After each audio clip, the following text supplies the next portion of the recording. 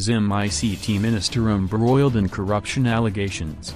Harare, Zimbabwe's Minister of Information Communication Technology and Cybersecurity Supa Mandiwanzira is facing corruption claims over alleged irregular board appointments at state-owned mobile firm NetOne, questionable movement of the company's accounts to a bank with links to some board members and potential abuse of a fund by the country's telecom industry regulator under his watch. Reward Kangai, a former chief executive officer of NetOne, has raised these allegations in a letter to President Emmerson Mnangagwa. The new Zimbabwean leader has declared zero tolerance for corruption as he battles to prop up Zimbabwe's struggling economy. Mandiwanzira has denied the allegations, tweeting on Wednesday that no amount of fake documents from him would change the facts as all Kangai's allegations have long been discredited. But I welcome further and further investigations.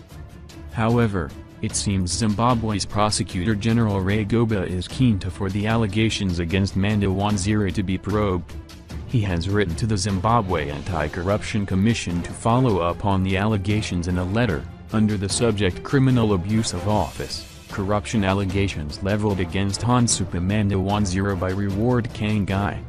It is apparent that a complaint was lodged with your commissioner early this year, 2017. It remains for me to inquire into the status of the investigation and to await your advice at the earliest available opportunity, Goba wrote to the ZAC on December 20, 2017. NetOne said in a letter to the ZAC in 2017 that Kangai as CEO had allegedly made irregular loan and payment approvals for base station leases, often in advance without board clearance. The company also raised allegations that during his time as CEO Kangai negligently failed to handle and protect the company's coffers by advancing funds to persons and service providers he is said to have links with.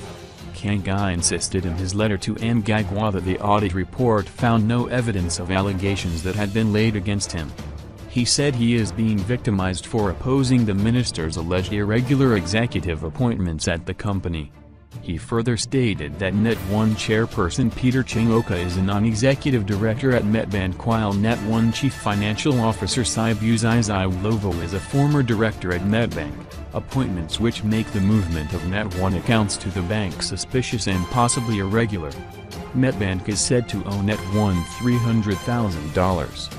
This comes amid growing criticism that Mnangagwa is only targeting senior officials aligned to former First Lady Grace Mugabe to crack down on corruption.